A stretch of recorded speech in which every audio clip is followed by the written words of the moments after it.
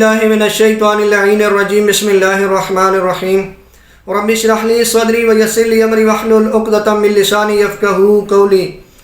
معزز ناظرین و سامعین، السلام علیکم ورحمۃ اللہ وبرکاتہ۔ معزز ناظرین، دعا مومن کا ہتھیار ہے۔ معصوم فرماتے ہیں کہ دعا مومن کا ہتھیار ہے، اور پروردگار بھی واضح طور پر فرماتا ہے ادعونی استجب لکم، یعنی پروردگار فرماتا ہے حبیب ان سے کہہ دو کہ جب یہ پکارتے ہیں تو میں ان کی دعاؤں کو سنتا ہوں، اور پروردگار تو بہت خوش ہوتا ہے۔ معصومین فرماتے ہیں کہ جب ہم پروردگار سے دعائیں مانگتے ہیں، یہاں تک کہ جب توبہ کی دعا مانگتے ہیں پروردگار ہمیں معاف فرما دے، تو پروردگار بہت خوش ہوتا ہے کہ میرے بندے نے میری بارگاہ میں آ کے دعا مانگی ہے، توبہ کی ہے، اپنے گناہوں سے معافی مانگی ہے۔ نماز کے بعد دعا کرنے کا ایک اپنا ہی مزہ ہے، اور روایات کہتی ہیں کہ سب سے پہلے دوسروں کے لیے دعا مانگنی چاہیے، نماز کے بعد جب دعا مانگیں تو بعد میں اپنے لیے دعا مانگیں۔ اور دعا اتنی ضروری ہے کہ اکثر علماء تو بیان فرماتے ہیں کہ اگر نماز پڑھ لی جائے، آپ کے پاس ٹائم تھا، آپ نے دعا نہیں مانگی، تو پروردگار آپ کی نماز بھی قبول نہیں فرماتا۔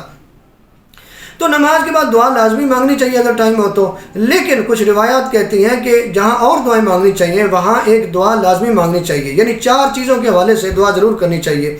اور روایات کیا کہتی ہیں، اور وہ 4 چیزیں کون سی ہیں؟ فرمایا وہ دعا مانگنی چاہیے کہ پروردگار نمبر 1 عذاب جہنم سے مجھے بچا لے، یعنی جہنم کا جو عذاب ہے مجھے اس سے بچا لے۔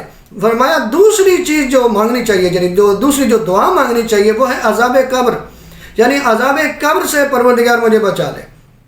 نمبر 3 پہ فرماتے ہیں کہ عذاب زندگانی و موت، یعنی اس دنیا کا جو عذاب ہے، موت کا جو عذاب آئے گا موت کے ٹائم پہ، اس سے ہمیں بچا لے۔ نمبر 4 پہ فرمایا فتنہ دجال سے بچا لے۔ لیکن اگر آپ دیکھتے ہیں سبھی کی دنیا میں بات کر رہا، بڑے بڑے اچھے لوگ موجود ہیں جن کی وجہ سے دنیا قائم ہے، لیکن کثرت کے ساتھ اگر آپ دیکھتے ہیں تو لوگ جو ہیں انہیں نہ جہنم کا کوئی خوف ہے، ان کو نہ کوئی قبر کا خوف ہے، انہیں کوئی نہ موت کا ڈر ہے، یعنی نہ آخرت کا ڈر ہے، کسی قسم کا ڈر نہیں ہے۔ نہیں، ایسا نہیں ہے۔ جہنم واقعی بہت سخت ہے، قبر کا عذاب واقعی بہت سخت ہے، تو ہمیں کوشش کرنی چاہیے، یہ دعائیں مانگنی چاہیے، لیکن صرف دعاؤں تک ہی محدود نہ رہے۔